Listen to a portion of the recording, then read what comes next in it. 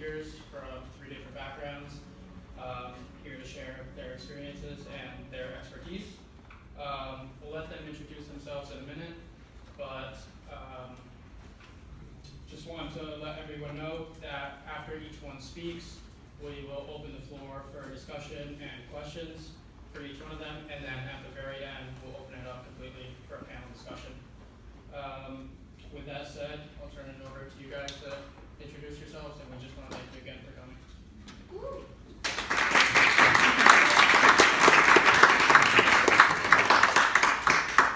Thank you. This is working? Yeah. Cool.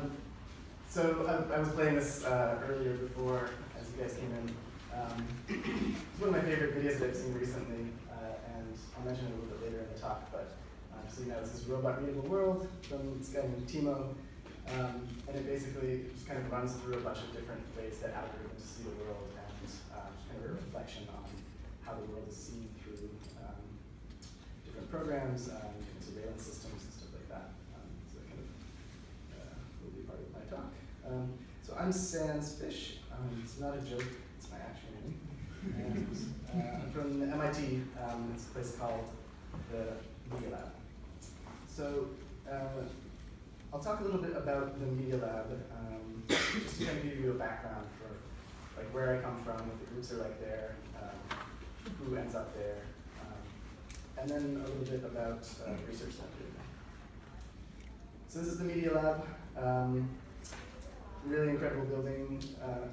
It kind of contains a bunch of misfits, essentially. Like people that don't fall into just one category academically. They like to use the word anti-disciplinarian. So for all of the people that are in there, they don't really fit into one, nor do they want them to fit into one kind of category. So they don't just want somebody doing biology. They don't want somebody just doing computer science. But the interesting intersections in between those fields are kind of like what have the most meat in terms of like unexplored territory. So what happens when a psychologist works with a biologist, or what happens when a computer scientist works with an activist? What do you get out of that? So it's kind of the playground that I hang out in. And just I'm trying to think of some of the other groups there. There's one called Mediated Matter that looks at what can be designed if we look at the structure of the natural world, the biological world, and down at the microscopic level. There's one called Tangible Interfaces that asks kind of what do we get when we bring the pixels off the screen? We're called radical atoms, right? So like right now we've got this flat screen, but what if we could feel the data on the screen? What if those atoms actually were to start coming off the screen? So really bizarre projects like that, and they'll have a lot to do with design, even though it's not officially a design school. It's part of the architecture department at MIT. So we have lots of amazing cross-pollination. And so the group that I'm in is called Civic Media. Civic Media is a term that even like the people in Civic Media struggle to define. I'll do my best to give you kind of my version of that.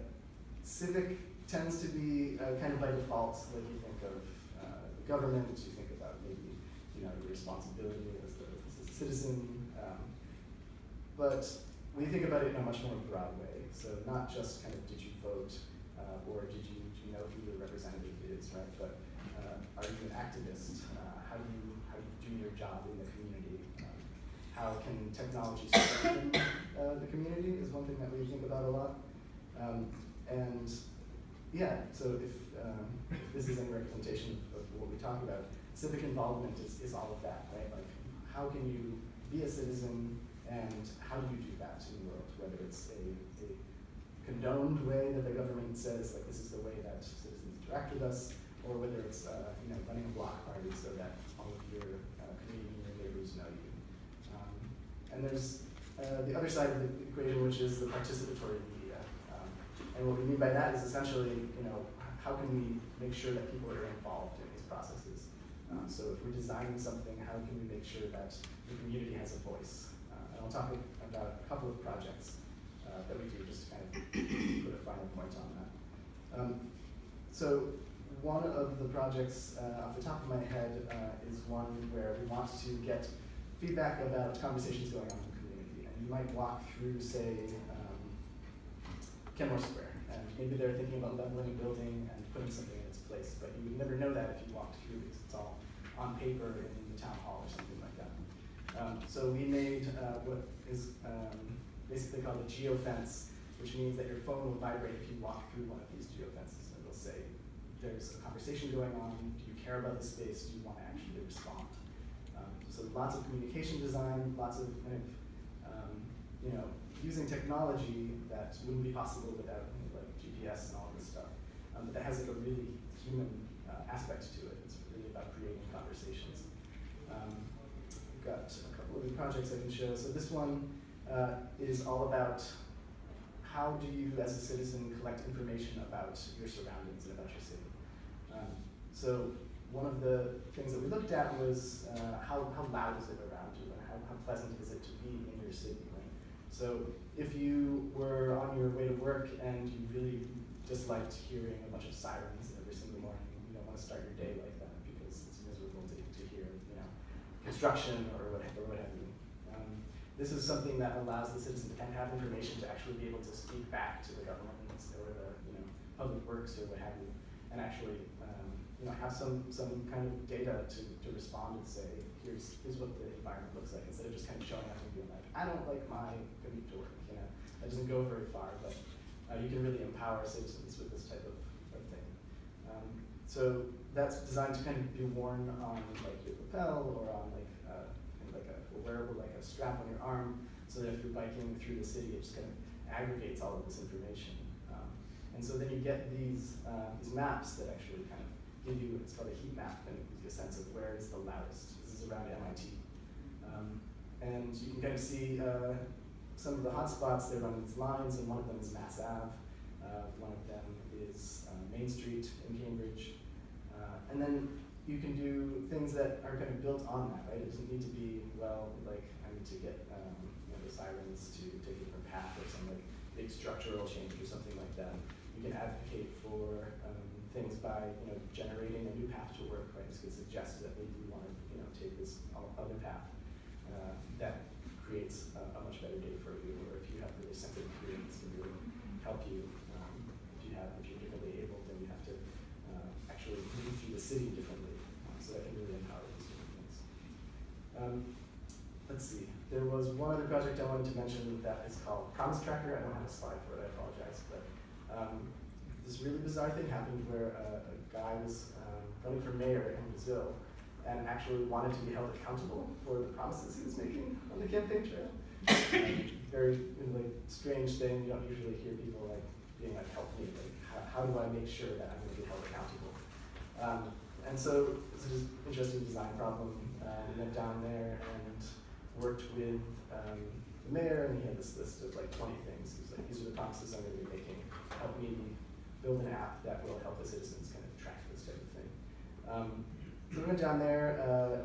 They were really happy. We came up with an app that basically allows citizens to say, okay, I'm here on the map, and there's supposed to be a bike rack there. You promise that your bike rack's here, and it's not here, and we take a picture of it.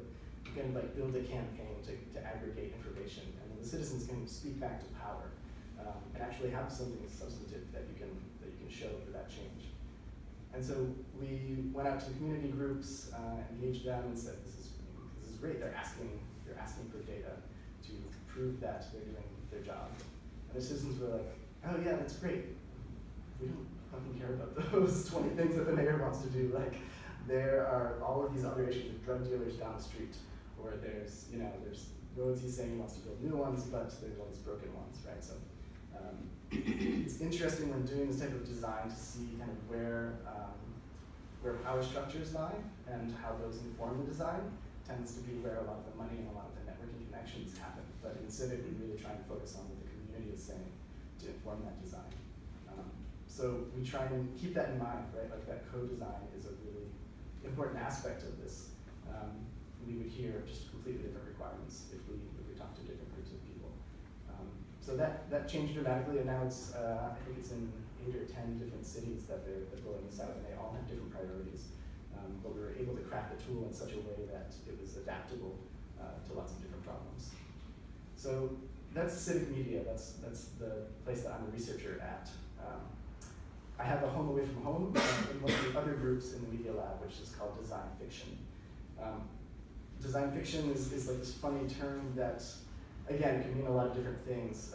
I think this project really gets to the core of it and the one that's kind of influenced how I think about design in my own work that I'll talk about in a bit.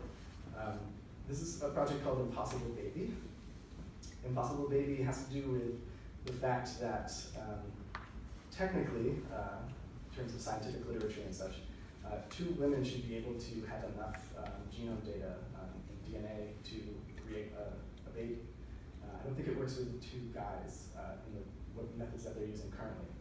But technically, it should be possible for like a couple to have a baby using some of the current science that's coming out.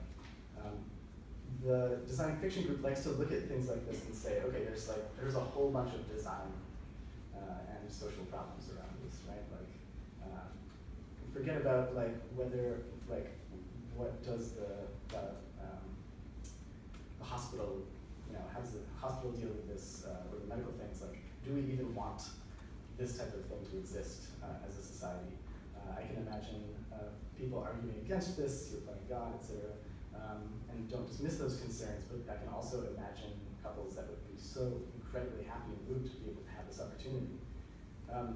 So this project really blows my mind and really gets to the core of what design fiction is, especially as they define it. So they took a lesbian couple from France that they met. They took blood samples from them and they got all of their DNA information. This picture represents a little bit of that, in that it's kind of pointing out different types of hair, it's pointing out how far the eyes are apart. These are all things that can kind of probabilistically be determined by looking at the DNA. It doesn't mean that every kid that somebody had would have these attributes, but you can kind of tell what is going to be favored.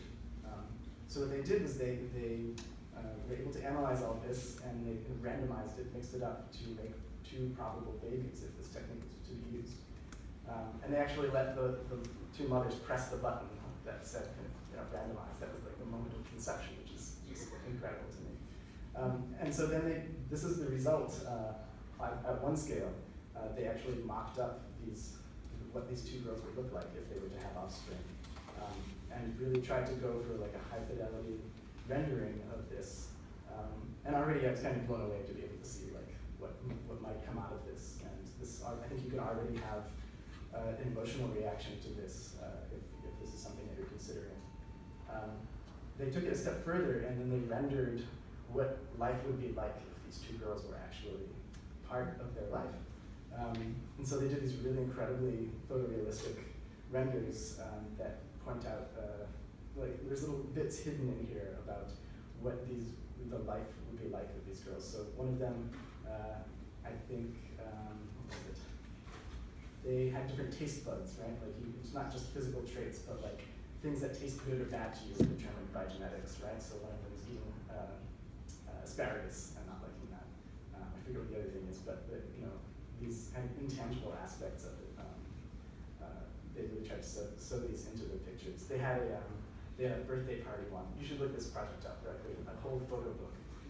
Really beautiful and really confronts people with these realities at a level that is emotional and visceral, but it doesn't require us to take that step as a society. We can actually ask these questions by taking this step here. So that's Impossible Baby. That's how they use design and fiction together to try and address some of these things. And I like this because it kind of shows how design doesn't have to solve problems that we're already being confronted with today. It can attempt to solve problems that don't actually exist in the world today, right? It's not too distant future. Design still has something to say to that. I'll mention one other project here by my friend Annie. She just graduated from Harvard GSD, Graduate School of Design, and is now in the Media Lab in the Design Fiction group. This is a project she did that questioned how we feel about our kind of constantly mediated social existence. So she was asking social questions, but of a different kind, because when everything is mediated through our phones, when so often we interact through text messages or through emails or through Facebook, you know, how does that kind of either reduce or improve, or both, the quality of social interactions? So she's using design in this case where she's got this helmet, it's got an aperture on it, and she can't really see much by herself, but if she holds somebody's hand, she has a sensor that's hooked up to this, and only when she's holding somebody's hand will the aperture actually open up and allow her to see. I think that maybe this will work. It's not going to do it. Well, you can imagine it. This bit here just kind of like scales open, and as soon as somebody lets go of her hand, then it kind of shuts it down. And that's obviously a much more artistic application of design in that case, but it does kind of let you look at those social issues in a different lens. So I was kind of intrigued by the social design title of this talk, or this collection of talks, because I was like, what is social design even? It makes me think of a couple of different things, and I think that we're probably going to see dramatically different definitions of social design, all as valid as the next. To answer that, I think there are two different ways that I want to talk about that. One is this designing for social outcomes. So when you're thinking about design processes in the world and how physical design actually affects that, how it can change things. You can think of that as the way the city's designed, how pathways are designed. You see these, what do they call them? Desire lines, I think they're called, or desire trails, where you'll see where they've designed the walkways to go, and you'll see this dirt path straight through the grass, because everybody wants to go that way, and so they do. And so there's some really interesting questions about how the built environment and physical design actually has implications in the social space. I love to put up this next slide. This is really fun. This is what I'm working on. This is something you hear all the time, and it's kind of amazing that this is a refrain today. Obviously, this points to like deep problems socially for us as a society. So you're fuck the police, but when I hear that, while I understand where that comes from and the emotions that are related and the events that are related to that, it just seems so like that's a brick wall, right? Like fuck the police, we're done, we're completely against in this scenario. So this is my modification. What if we can design the police? It's still a directed action, right? It's still saying we should have agency that we don't, but what does design have to say to these problems, right? And so that's what I'll talk about a bit, and this is going to be the research that I do over the next few months, actually much more than that probably. But what is being done in terms of design with the police currently? I never actually thought to kind of consider it through a design lens before. I think the police is a government agency. I think of them as problematic in terms of social relations, but I never stopped to think that somebody designs the police, but that those design decisions are getting made all over the place. So I'll show you a couple examples of that. On the left, a kid's Tonka truck. On the right, a police taser. Really high voltage. If you pull the trigger on one of these enough, it has the potential to kill somebody. What it's designed to do, well, for one, you're allowed by design to be able to pull the trigger too many times, so that's one thing.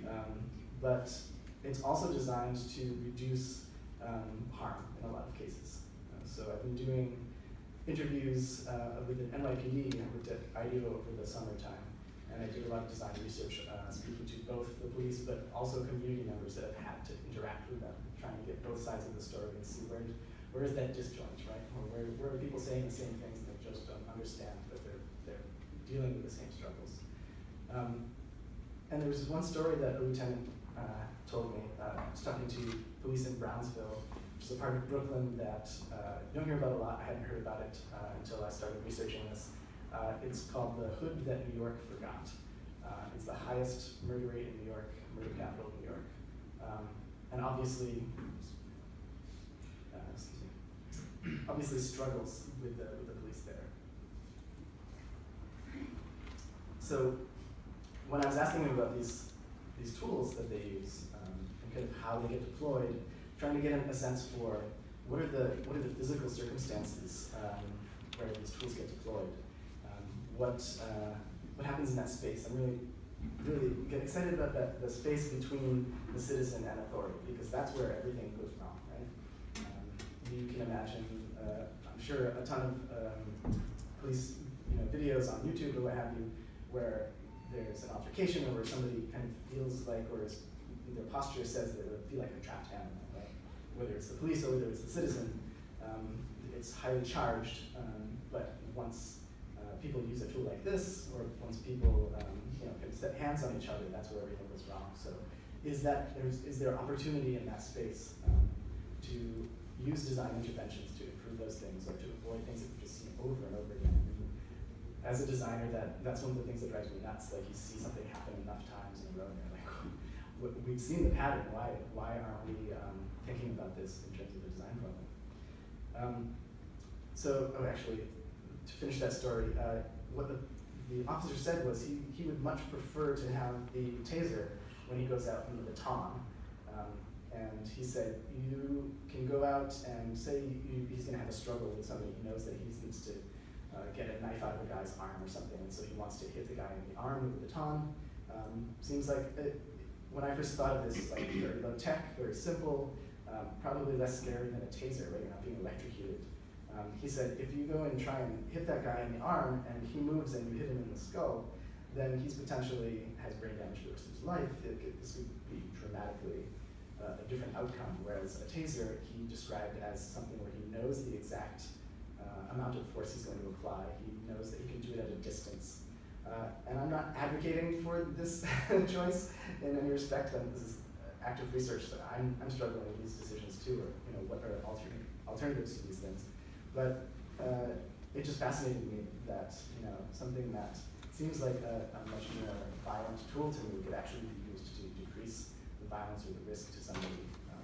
So complicated problems, obviously. This is the example that I like to use a lot because I think it gets to the core of like what physical design of the police really sets up in terms of actions. So these are flex cuffs. Flex cuffs are handcuffs. They're just made of zip ties. You've probably seen them. These they get a bunch of extra ones if they go on a protest. Right? They know that there's going to be potentially social unrest. They know that things are going to be charged, and so they bring more of these. So they're hanging on their belt. You can imagine like the embodied aspect of this, right? Like it's physically weighing down on them more.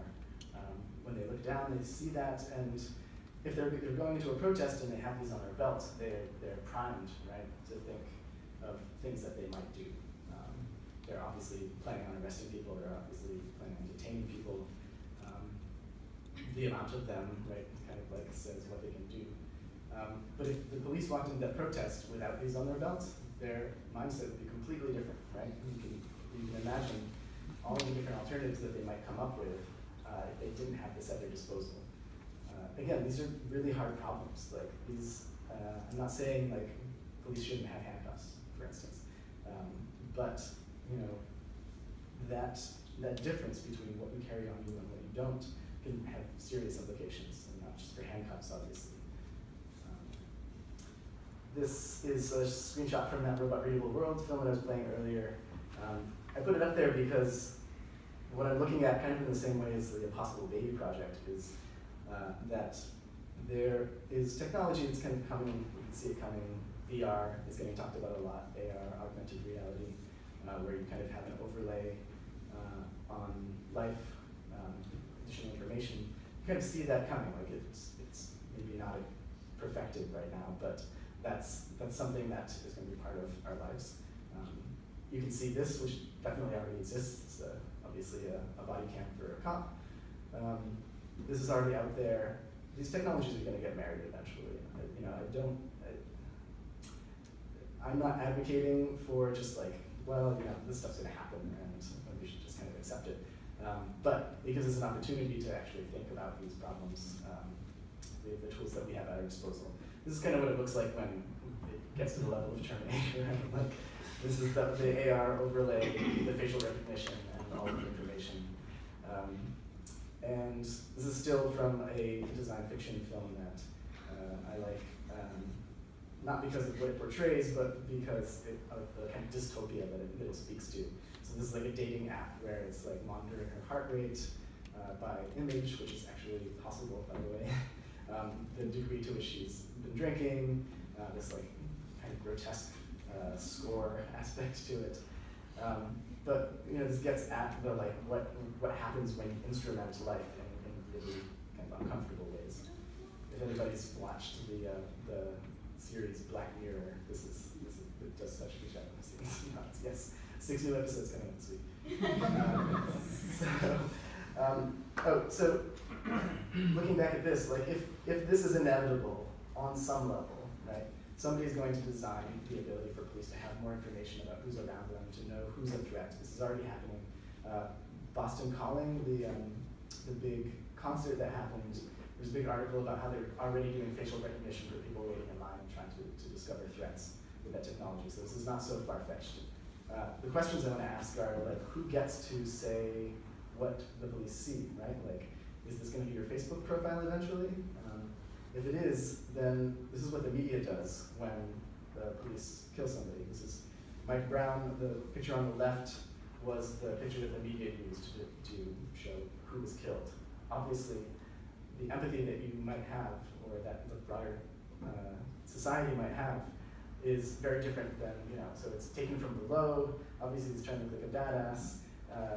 It gives, it says certain things that the picture on the right don't say at all, right? It's taken from below. He looks like a kid. He looks young. He looks innocent. Looks like a sweet kid.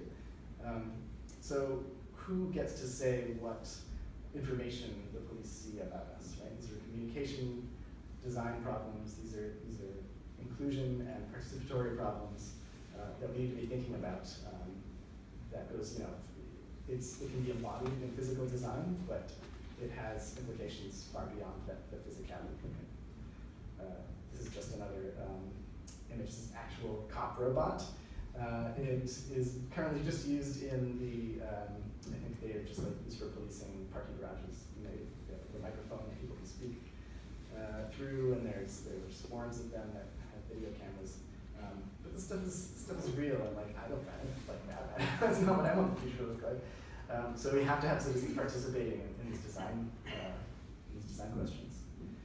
The other side of things is designing with a social process. This is what I was saying earlier, is that you can be designing for social issues and social dynamics, but you can also use social processes to do your design. So co-design is central to us. And what I am using to get at these things and to help people to think about these problems is speculative design. So I don't know how many people are familiar with the term, but it tends to be used in this way that like we can imagine future scenarios or parallel realities where the status quo doesn't exist. It's not what we're dealing with. And a lot of design obviously just starts with the status quo and goes from there. So speculative design tries to say, okay, this is the bias that police have, or some of the real problems we're designing around today. It's really hard to ask citizens to tackle implicit bias, for instance, fix all of the implicit bias in police. But with speculative design, it kind of frees you up, and not in a way that like is ungrounded and doesn't help you to actually like find values that will help to inform your designs in the future, but in a way that allows you to imagine ideas that maybe you can't imagine the police accepting next week or something. This is one of the projects that inspired me really early on. It's amazing.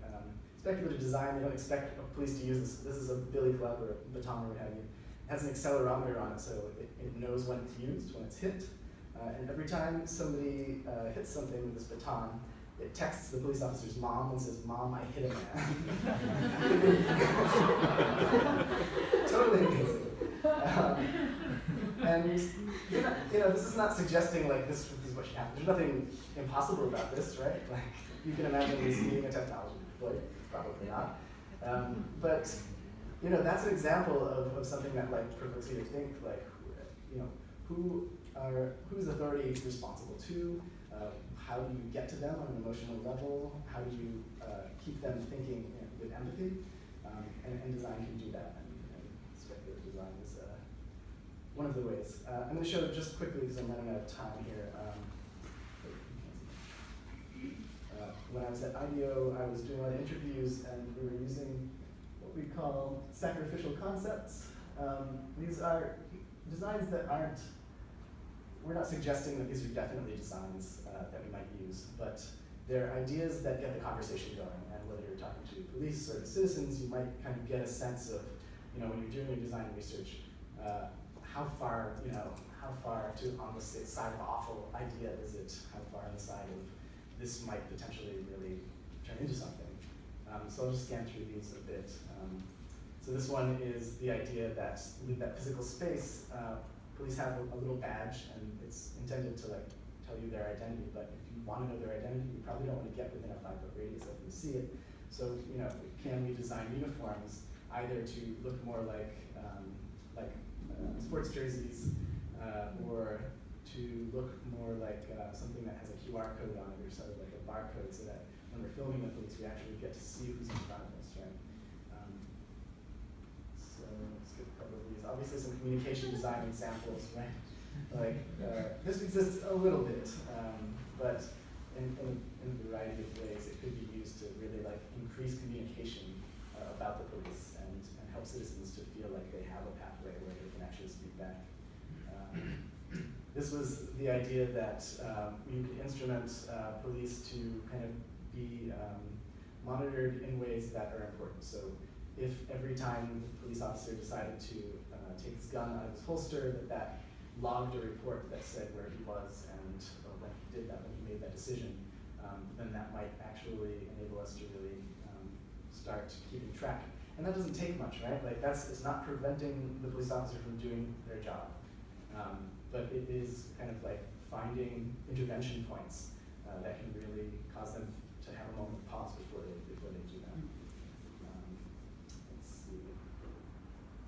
So I think I'll just skip over to end on with some of the quotes that I got from design research out there. This is all work in progress, so these are kind of the points that I've gotten to, and the quotes that I'm going to show here kind of informing the designs.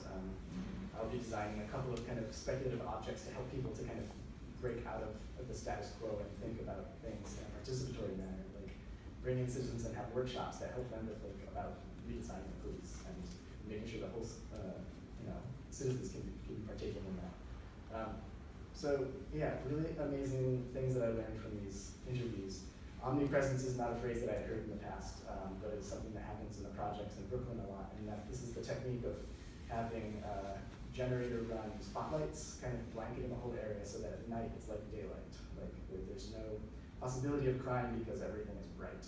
Of course, this design also includes a generator which everybody in the projects can hear, and then they just sleep through the sound, right? So this aesthetic of authority is one that can have very unintended effects, namely raising anxiety. Maybe this is an oversimplification. This is what I wrote down after one of my interviews. It's just that when I interviewed a police officer and said, "What's your most important tool that you carry on you?" And he said, "All of this stuff hurts," and he kind of motioned to his belt, and he said, "Communication is the absolute first, most important tool. Can you de-escalate the situation? Can you communicate to a point where things don't go wrong and you don't have to use any of those other tools?" So that was surprising to me. And let's get through some of these, even though they're so good. Comments like this I heard over and over again, just kind of speaking to the presence that, the effect that the presence of the police have. Obviously, minorities and the reactions to the police and the problems of the police are so important. This cannot be overstated, and there are things that design can say to these things. There are just so many biases built into the system. Stop and frisk is one of those things where, as police officers in New York City stopping and frisking people, if we're monitoring the reporting that they do, who got stopped and frisked, when they were done, we have to trust that the police can put that data in, right? So that's a question of design. They can choose to not log one if they're almost above board. Here's just another quote from speaking to that same thing. future of policing from different perspectives looks very different. And this, I would have thought that, or you might think that this came from the citizens, but this was what a police officer said to me, which just blows my mind, right? It's like the same thing you would hear from the other side. He feels prejudged because of what all of the other police officers are doing. And then this idea that signaling innocence and like being, for instance, a black body walking through an area with a bunch of white cops, like that is an incredibly tense environment. And this performative aspect of being around authority is something that needs to be taken into account when designing for authority.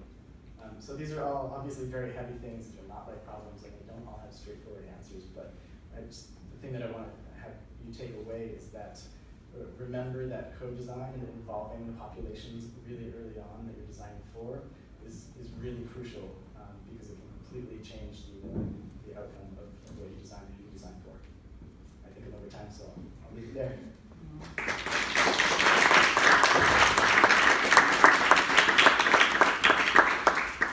So we have time for questions? Or? Yeah, if anybody has any questions or wants to ask anything right now, feel free. If not, we'll open it up at the end for everybody to talk.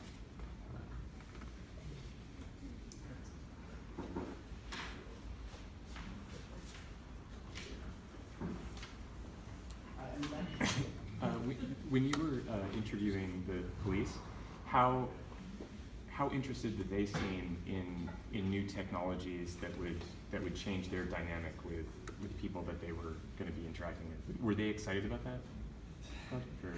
Or there were interesting conversations, to say the least. Yeah. So there was one conversation where at first we were talking about police body cams, and he said, we were already so monitored, we were already kind of under so much pressure, especially with all of the events nationally this year, that it's just another way for to go in and get caught doing something that maybe somebody saw a problem with. But by the end of the conversation, he was actually saying, maybe it does have like a side effect where if people know that they're being monitored, then they'll behave better. So some of the conversations, at least they were open to the idea that these different designs could have a side effects. Right? Obviously, I think that there's a lot of contentious issues around these things, and depending on who you are, what you've experienced in the past. Like he had been a beat cop, sergeant, and lieutenant, so he had seen a lot of different aspects of the job. There's another thing that we spent a lot of time on is kind of recruitment for our design research, so making sure that we didn't just get all beat cops that were only on the street at all times, because that's one perspective on it, but there's these organizations that are so rich with different perspectives that, we make sure that we put a lot of thought into that process. Maybe that answers your question. Are you able to actually test out some of your ideas around the design piece of the project? Yeah, that's a tough one. To my delight and surprise, when I went to the Cambridge Police, who I'm going to be working with first, they had a community engagement manager who was really happy to talk to me. They had worked with students in the past. There's only 228 police officers in the Cambridge police force, which blew my mind because New York is thousands and thousands.